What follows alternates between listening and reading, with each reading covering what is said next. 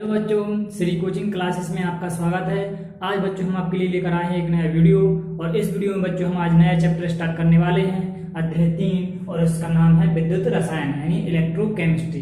तो जैसा कि इसके नाम से समझ में आ रहा है, विद्युत रसायन यह जो है रसायन विज्ञान की वह शाखा है जिसके अंतर्गत हम किसका अध्ययन करेंगे, विद्युत रसायन का अध्ययन करेंगे। मतलब हम यहाँ पर दो प्रकार की चीजों का वर्णन करेंगे बच्चों। एक ऐसी केमिस्ट्री जो विद्युत ऊर्जा को रासायनिक ऊर्जा में बदलती है, और एक रासायनिक ऊर्जा को विद्युत ऊर्जा में बदलती है। ये दो प्रकार के परिवर्तन बच्चों इस अध्याय में पढ़ेंगे और उनसे जुड़ी हुई छोटी छोटी परिभाषाएं समझेंगे। तो सबसे पहले बच्चों विद्युत है चैप्टर में शुरुआत से ही। तो सबसे पहले हम इसकी परिभाषा को समझते हैं, छोटी छोटी चीजें जो इससे जुड़ी हुई चीजें हैं। तो सभी प्रश्न बनाएंगे। चालक किसे कहते हैं और यह कितने प्रकार के होते हैं, या इसके प्रकार लिखिए। तो सबसे पहले हेड डालेंगे बच्चों चालक। अब बच्चों ये जो चालक है ये हम छोटी क्लासों से पढ़ते आ रहे हैं। चालक क्या होते हैं? तो चालक बच्चों ऐसे पदार्थ होते हैं जो अपने में से होकर विद्युत धारा को प्रवाहित होने देते हैं। मतलब अगर कोई चीज है उसमें से विद्युत धारा प्रवाहित हो जाए तो क्या जाएगा, उसको क्या कहा जाएगा, चालक कहा जाएगा, कंडक्टर कहा जाएगा। इसको क्या बोलते हैं, कंडक्टर। अब बच्चों चालक जो है वो दो प्रकार के होते हैं। कितने प्रकार के होते हैं? वो दो प्रकार के होते हैं। एक होते हैं विद्युत रसायन, एक होते हैं धात्विक चालक।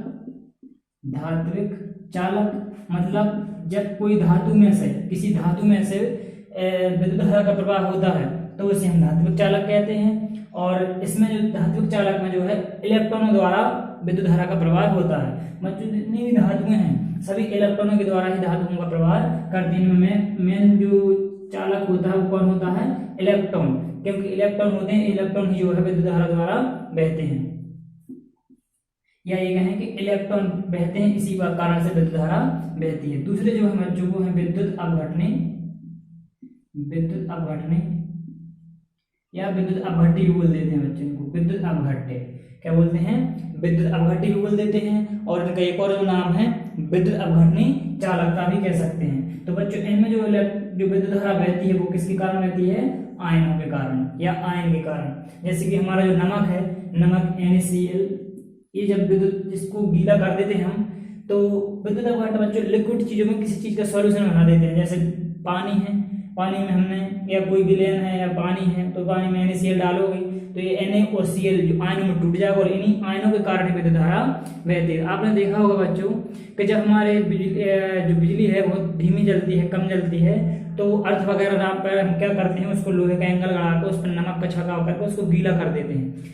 अब गीला करने से, ऐसा करने से होता क्या है, तो बच्चों जो नमक है वो आयनों में टूट जाता है और आयनों के कारण विद्युत धारा बहने लगती है। तो एक चीज तो आपको बच्चों याद रखना है, धात्विक चालक में, धात्विक चालकों में धातु होती है और धातु में इलेक्ट्रॉन बहने के कारण ही विद्युत धारा बहती है। और विद्युत अपघटन बच्चों आयनों के कारण। बच्चों इसमें विकल्प बनता है धात्विक चालक से कि धात्विक चालक में खाली स्थान के कारण विद्युत धारा का प्रभाव होता है। तो किसके कारण, मुक्त इलेक्ट्रॉन के कारण। बच्चों फ्री होना भी जरूरी है। धातु में इलेक्ट्रॉन तो होते हैं लेकिन उनमें मुक्त भी होना जरूरी है। किसी किसी में मुक्त नहीं होते, फ्री नहीं होते एक्स्ट्रा, तो वो फिर विद्युत धारा नहीं बहेगी।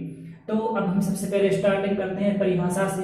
सभी ने प्रश्न बना लिया होगा, चालक किसे कहते हैं, कितने प्रकार के होते हैं। हेड डालेंगे चालक और उसमें लिखेंगे ऐसे पदार्थ जो अपने में से होकर विद्युत धारा का प्रवाह होने देते हैं चालक कहलाते हैं। जैसे लोहा, तांबा, इसको कॉपर भी बोलते हैं बच्चों, लोहा, तांबा, और भी बहुत सारी चीजें हो सकती हैं। आपके यहाँ पर एल्युमिनियम लिख सकते हो, एल्यूमिनियम या एल्यूमिनियम, ये तो सब आप जानते हैं बच्चों, दैनिक जीवन की चीजें। एल्युमिनियम के भी बर्तन हमने देखे हैं, तार देखे हैं, तांबा का भी देखा है, लोहे का भी देखा है, तो इनमें विद्युत धारा बह जाती है। अब इसके बाद बच्चों हेडिंग डालेंगे सभी चालक के प्रकार। और चालक के प्रकार में लिखेंगे बच्चों, चालक पदार्थ निम्न दो प्रकार के होते हैं। नंबर 1 धात्विक चालक और नंबर 2 लिख देना विद्युत अपघटनी चालक, और कोष्टक में लिख देंगे विद्युत अपघट्य। विद्युत अपघटनी चालक भी हम क्या बोलते हैं, विद्युत अपघट्य भी बोलते हैं। ये चीजें नहीं लिखना अभी आपको, ये हम इसकी विशेषता में लिखवाएंगे आपको। अब बच्चों ये प्रकार हो गए हैं तो हम एक एक को समझ लेते हैं, सभी एक एक बाय इनकी परिभाषा और इनकी विशेषताएं। तो सही प्रश्न बनाएंगे। धात्विक चालक एवं विद्युत अपघटनी चालक किसे कहते हैं, इनकी विशेषताएं लिखिए। तो बच्चों दोनों की परिभाषा एक साथ लिखेंगे और दोनों की विशेषताएं लिखेंगे, फिर इसके बाद इन दोनों में अंतर लिखेंगे। तो हमारा ये जो आज का टॉपिक इतने इसी को हम कवर करेंगे। तो सबसे पहले बच्चों प्रश्न बना लिया होगा आपने, अब हेडर डालेंगे धात्विक चालक। तो बच्चों अभी हम तुम्हें बता चुके हैं कि धात्विक चालक क्या होते हैं। जो धातु होते हैं वो धात्विक चालक होते हैं, जो धातु के बने होते हैं। धातु में बच्चों क्या आ जाती हैं, लोहा, तांबा, कॉपर, एल्युमिनियम, टिन, कोबाल्ट, निकल, ये सब क्या है, धातु हैं बच्चों। तो ये धातुओं में जब करंट बहता है तो उसे क्या कहते हैं, धात्विक चालक। और किसके कारण बहता है, इलेक्ट्रॉन के कारण बहता है ना। इनमें ठोस अवस्था में भी विद्युत धारा बह सकती है, लेकिन इनमें ठोस अवस्था में विद्युत धारा नहीं बह सकती। अगर आप नमक को ठोस रूप में रहने देंगे और पर करंट लगाएं, विद्युत धारा पर बात करें तो नहीं होगी, जब तक आप उसको गीला नहीं करेंगे, जब तक वो आयनों में नहीं टूटेगा तब तक विद्युत धारा नहीं बहेगी। तो बच्चों सबसे पहले धात्विक चालक हेडर डालेंगे और उसकी परिभाषा लिखेंगे। सभी ऐसे पदार्थ जो धातु होते हैं और जो अपने में से विद्युत धारा का प्रवाह बिना किसी रुकावट के, विद्युत धारा का प्रवाह बिना किसी रुकावट के या बिना किसी रासायनिक परिवर्तन के करते हैं, धात्विक चालक कहलाते हैं। ऐसे पदार्थ जो धातु होते हैं और जो बिना किसी रासायनिक परिवर्तन के अपने में से विद्युत धारा का प्रवाह होने देते हैं, धात्विक चालक कहलाते हैं। तो बच्चों समझ में आया, धातु होते एक पहले बात तो ये है। और दूसरी बात इसकी क्या हो गई कि रासायनिक परिवर्तन, कोई रासायनिक परिवर्तन नहीं करते हैं बच्चों। रासायनिक परिवर्तन कैसे, जैसे मान लीजिए हमारा पंखा चल रहा है, पंखा कैसे चल रहा है, वायर के द्वारा, कॉपर का होगा, कॉपर भरा होगा उस पंखे में, कॉपर की मोटर जो रहती है, कॉपर का वायर भरा होगा या फिर एल्युमिनियम का भरा होगा, है ना। तो उसमें जो तार में से जो करंट आ रहा है उसके द्वारा कोई परिवर्तन तो नहीं हो रहा, तार में तार पिघल रहा हो या पंखा पिघल रहा हो, कोई परिवर्तन नहीं होता रासायनिक। तो हम इसको कह सकते हैं कि बिना किसी रासायनिक परिवर्तन के जो है विद्युत धारा प्रवाहित कर सकते हैं।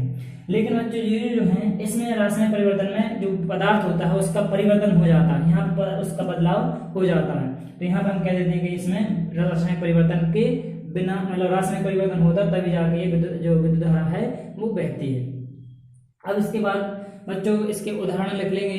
उदाहरण में लिख लेंगे बच्चों सभी धातु, जितनी भी धातुएं होती हैं वो सभी इसके एग्जाम्पल हो जाएंगे। आप चाहें बच्चों तो यहाँ पे एक दो एग्जाम्पल आप लिख सकते हैं, जैसे FeCuNi। ये बच्चों इनमें करंट बहता है, कुछ धातुएं हैं, वैसे बहुत सारी धातुएं हैं, जैसे इनके नाम है आयरन, कोबाल्ट, निकल। इसको हम लोगों के नाम से जानते हैं, ये बाकी कोबाल्ट और निकल भी होते हैं धातुएं। तो इसके बाद अब आते हैं बच्चों नेक्स्ट इसकी जो परिभाषाएं हैं। तो बच्चों ये परिभाषाएं आपने लिख ली होंगी इसकी। अब इसके बाद हेडर डालेंगे सभी विशेषताएं। ये उदाहरण आपने लिख लिए होंगे। उदाहरण के बाद बच्चों आपको हेडर डालना है धात्विक चालक की विशेषताएं। तो बच्चों हम इनकी एक चीज समझ लेते हैं, जो अभी हमने इलेक्ट्रॉन का बोला आपसे, जो परिभाषा नहीं लिख पा रहे हैं अपन कि इलेक्ट्रॉन के कारण इसमें विद्युत धारा बहती है, वो अपन विशेषताओं में मेंशन कर लेंगे। लेकिन अगर आपको परिभाषा में करना तो वहां पर भी कर सकते हैं। तो सभी हेडर डालेंगे धात्विक चालक की विशेषताएं और इसमें लिखेंगे सभी। पहली विशेषता, इनमें विद्युत धारा इलेक्ट्रॉन के प्रवाह के कारण, इनमें विद्युत धारा इलेक्ट्रॉन के प्रवाह के कारण बहती है। और दूसरा लिखेंगे इसमें पॉइंट, इनमें विद्युत धारा के प्रवाह से रासायनिक परिवर्तन नहीं होता है। हमने अभी बताया था आपको एग्जांपल बच्चों, उदाहरण पंखे का, कि पंखे में जो विद्युत धारा बह रही है उससे कोई परिवर्तन नहीं हो रहा है ना, कोई वायरिंग में कोई पिघलना या उसका कोई परिवर्तन नहीं होता रासायनिक रूप से। तो इस प्रकार से हम कह सकते हैं इसमें विद्युत धारा आराम से बिना रुकावट के बहती रहती, बिना कोई रासायनिक परिवर्तन के। तो ये लिखिए। तीसरा पॉइंट लिखेंगे इसमें। तीसरा पॉइंट हो जाएगा इसका, ताप बढ़ाने पर धात्विक चालकता घटती है। अगर हम बच्चों ताप बढ़ाएंगे तो उनकी चालकता जो है वो क्या होती है, घट जाती है। अब ऐसा क्या होता होगा बच्चों, तो आप खुद सोचिए, जब ताप बढ़ा, मान लीजिए कोई धातु की सतह है और इसका हमने ताप बढ़ा दिया तो उसमें जो इलेक्ट्रॉन होते हैं तो इलेक्ट्रॉन एक साथ सब उत्तेजित हो जाते हैं। और जब बहुत सारे इलेक्ट्रॉन, क्योंकि धातु में एक आध इलेक्ट्रॉन तो होता नहीं, बहुत सारे इलेक्ट्रॉन होते हैं, और जब बहुत सारे इलेक्ट्रॉन एक साथ जब दौड़ेंगे तो आप खुद सोचो, भीड़ भाड़ में आपको दौड़ा है तो आप दौड़ पाएंगे क्या, नहीं दौड़ पाएंगे ना। तो इसी प्रकार इलेक्ट्रॉन भी उतने ज्यादा नहीं दौड़ पाते जितने वो नॉर्मल दौड़ पाते हैं या नॉर्मल में बह जाते हैं। तो इस प्रकार से जो है इसकी चालकता जो ताप बढ़ाने पर घट जाती है, ताप देने से उनकी ऊर्जा बढ़ जाती है और वो जो है तेजी से मूव करने लगते हैं सबके सब एक साथ। तो इस वजह से घट जाती है। इसके बाद बच्चों जो नेक्स्ट पॉइंट है आपका चौथा, इनमें विद्युत धारा के प्रवाह से पदार्थ का स्थानांतरण नहीं होता है। अब आपने देखा बच्चों, अब विद्युत धारा बहाएंगे अगर धातुओं में से तो उनमें कोई पदार्थ इधर से उधर नहीं पहुंचेगा, जो जहां वहीं रहेगा और विद्युत धारा बहती रहती है। तो इसमें इनमें विद्युत धारा के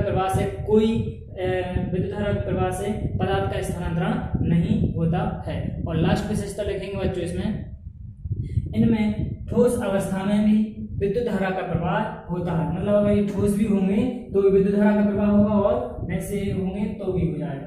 तो इस प्रकार से जो है ये हो गई आपकी धात्विक चालकता की विशेषताएं। अब बच्चों दूसरी हेड डालेंगे आप, और उसका नाम दूसरा है विद्युत अपघटनी चालकता। इसको बच्चों जो है विद्युत अपघट्टी भी बोल देते हैं, विद्युत अपघटनी चालकता। तो ये विद्युत अपघटनी चालकता को ऐसे समझिए कि मान लीजिए कोई लिक्विड है और लिक्विड में कोई सॉल्ट वगैरह या कोई H2SO4, ZnSO4 या और भी कोई चीजें ऐसी मिली होंगी जो लिक्विड रूप में रहती हैं, और उसमें जब विद्युत धारा प्रवाहित करते हैं तो जो विद्युत धारा होती है उसको क्या कहते हैं, विद्युत अपघटनी चालकता कहते हैं। और इनमें से जो विद्युत धारा का प्रवाह वो खास चीज क्या है इसमें, आयन। तो इनमें विद्युत धारा का प्रवाह आयनों के कारण होता है। और जो चीजें अपन उसमें विशेषता लिखी धातु वाले में, धात्विक चालकता में, वो इसकी थोड़ी सी अपोजिट हो जाती है, बस इतना अंतर है और ये चीज खास रखना आपको। तो सबसे पहले बच्चों पहली जो परिभाषा है, सबसे पहले परिभाषा लिखेंगे सही बच्चे, ऐसे पदार्थ जो पिघली हुई अवस्था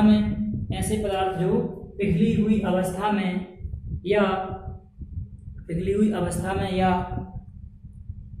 विलयन में विद्युत धारा का प्रवाह करते हैं, विद्युत अपघटनी चालक कहलाते हैं।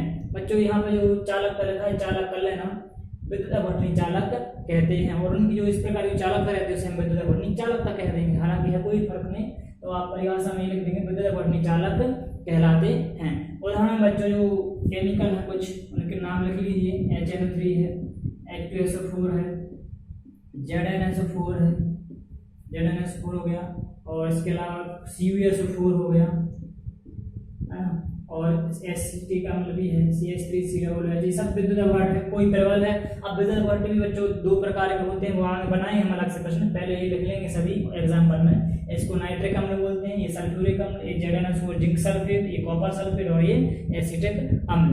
अब इसके बाद बच्चे ये हो गई इसकी परिभाषा और उदाहरण। इसके बाद सभी बच्चे हेडिंग डालेंगे विद्युत अपघटनी चालक की विशेषताएं। क्या हेडिंग डालेंगे, विद्युत अपघटनी चालक की विशेषताएं।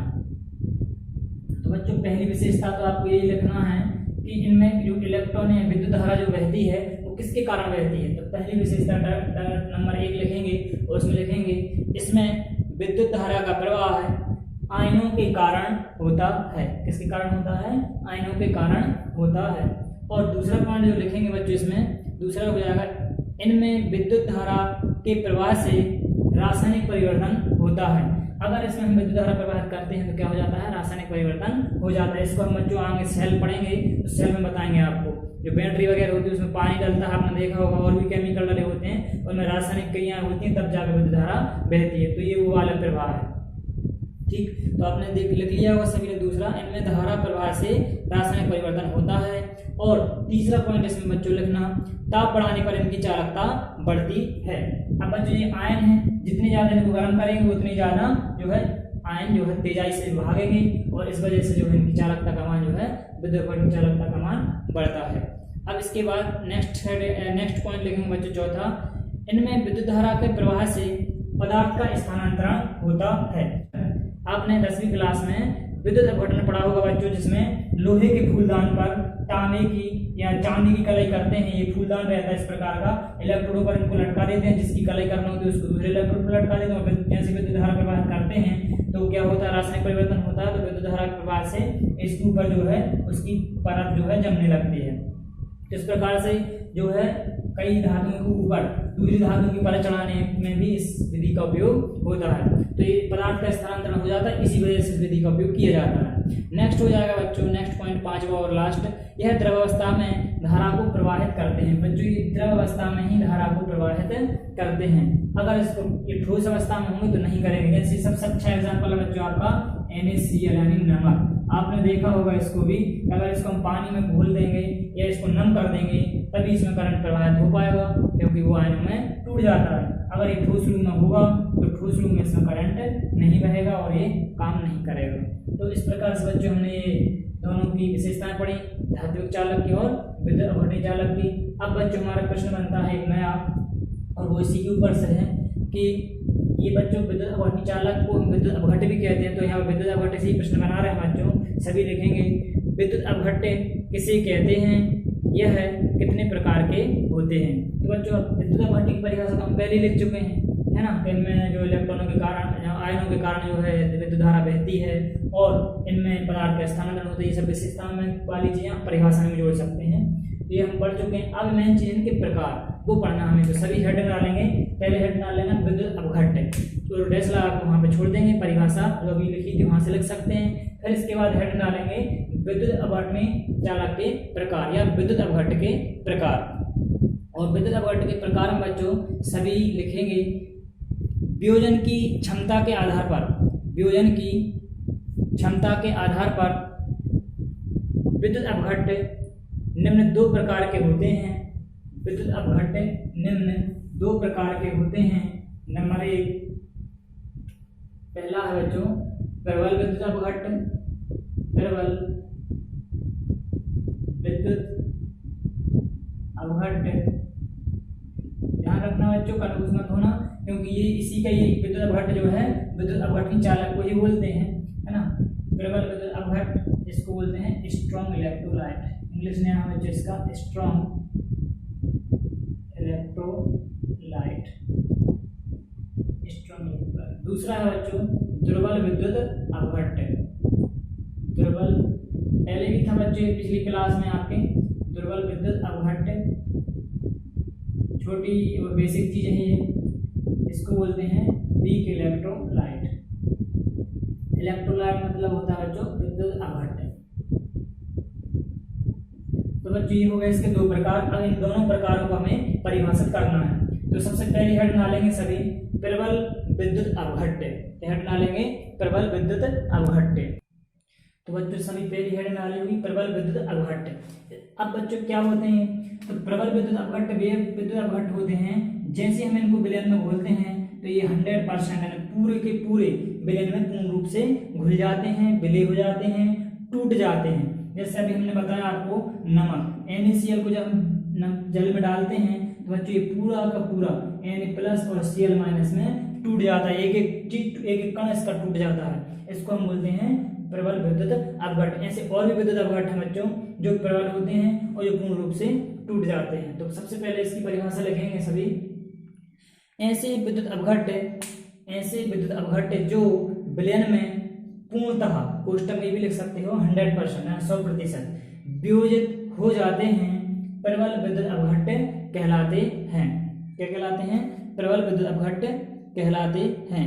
इनकी चालकता अधिक होती है, इनकी चालकता अधिक होती है। और इसके बाद बच्चों यहाँ पर आप इनके उदाहरण लिख देना प्रबल विद्युत अपघट्य के। H2SO4,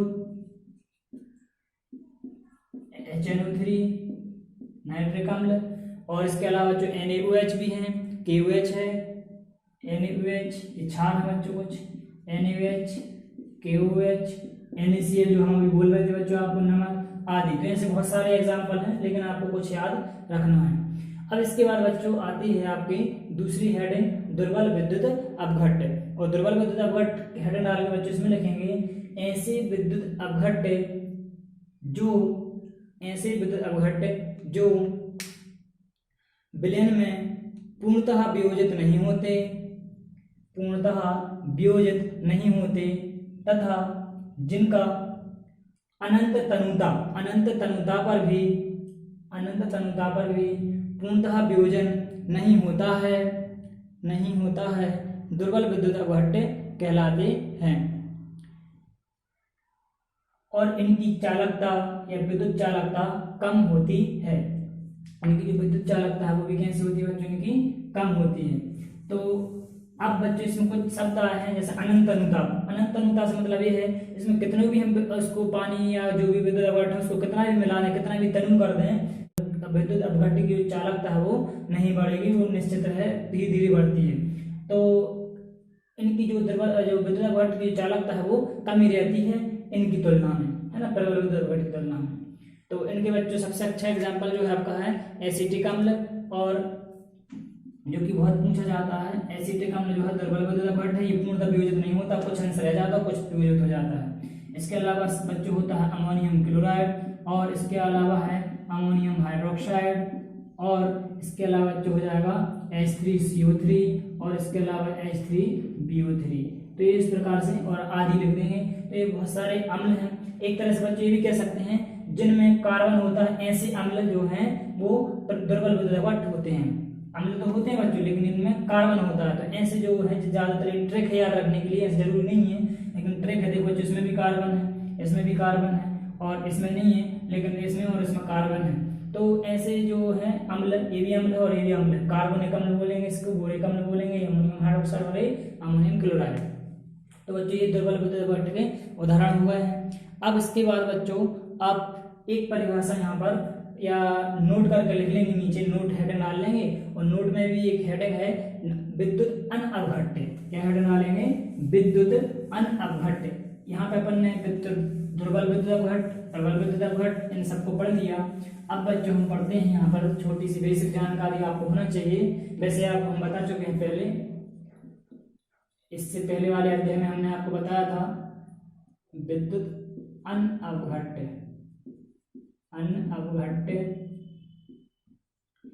अब विद्युत अनअपघट्य क्या होते हैं बच्चों? तो हम पहले बता चुके हैं आपको, ऐसे विद्युत अपघट्ट जो वियोजित भी नहीं होते और न संगुणित होते हैं, है ना, पहले बताया था ये हमने आपको। तो ऐसे पदार्थ जो विलयन में अपने अवयवी भागों में विभाजित नहीं होते, जिससे वो मिलकर बने होते, वो अलग अलग नहीं टूटते, तो ऐसे विद्युत अपघट्ट को क्या कहते हैं? विद्युत अनअपघट्य कहते हैं। तो परिभाषा जो नोट करके आपने लिखा होगा, और नोट में इसकी हेडिंग डाल लेंगे और यहीं पे लिख देंगे सभी। ऐसे पदार्थ जो विलयन में अपने अवयवी भागों में नहीं टूटते या वियोजित नहीं होते हैं, विद्युत अनअपघट्य कहलाते हैं। अब बच्चों इनके एग्जाम्पल हमने पहले ही बताए थे आपको, वो फिर से लिख लेते हैं। ग्लूकोज लिख लो, यूरिया लिख लो, ग्लूकोज, यूरिया, सुक्रोज भी है, सुक्रोज, ईथर। ये बच्चों ऐसे पदार्थ हैं जो विलयन में अपन जब डालते हैं तो इन टूटते नहीं है ना। ग्लूकोज जो किसी जो जिससे मिलकर बना है, कार्बन हाइड्रोजन ऑक्सीजन से, इनमें टूटता नहीं है। यूरिया भी है ना, सुक्रोज भी और ईथर भी, तो ये टूटते नहीं है, इसलिए इनको क्या बोलते हैं? विद्युत अनअपघट्य। बच्चों चालक हमने पढ़ लिया। कुचालक आप सब जानते हैं, जिनमें विद्युत धारा प्रवाहित नहीं होती, हम उन्हें क्या बोलते हैं? कुचालक बोलते हैं। अब बच्चों इसके बाद हमने आपको एक होमवर्क दे रहे हैं यहीं पर, जो धात्विक चालक और विद्युत अपघटनी चालक लिखे हमने, दोनों की विशेषताएं लिखी, उन्हीं से आपको क्या करना है? अंतर बनाना दोनों में। तो प्रश्न बनाएंगे सर यहाँ पर, और अंतर बनाएंगे 5। धात्विक चालक एवं विद्युत अपघटनी चालक में अंतर लिखिए। धात्विक चालक एवं विद्युत अपघटनी चालक में अंतर लिखिए। तो बच्चों आपको ये होमवर्क करना है। इसके अलावा एक होमवर्क और करना है जो आपको, वो है प्रश्न प्रबल विद्युत अपघट्ट एवं दुर्बल विद्युत अपघट्ट में अंतर लिखिए। बच्चों इस अध्याय में से 5 नंबर का आता है, तो कम से कम आपको 5 अंतर अच्छे से कर लेना है और लिखना है। अगर आपको बच्चों अंतर नहीं बनेंगे तो फिर हम करवाएंगे, लेकिन ये लास्ट वाला अंतर हम करवा देंगे अगर नहीं बनेगा। लेकिन ये 5 जो इसकी विशेषता हम लिख चुके हैं, किसकी? धात्विक चालक और विद्युत अपघटनी चालक के। तो ये आपको होमवर्क में करना है और सबको हमको भेजना है। तो बच्चों आज का वीडियो लेक्चर यहीं पर समाप्त करते हैं। तब तक के लिए देखते रहिए हमारे वीडियो और बने रहिए हमारे चैनल के साथ।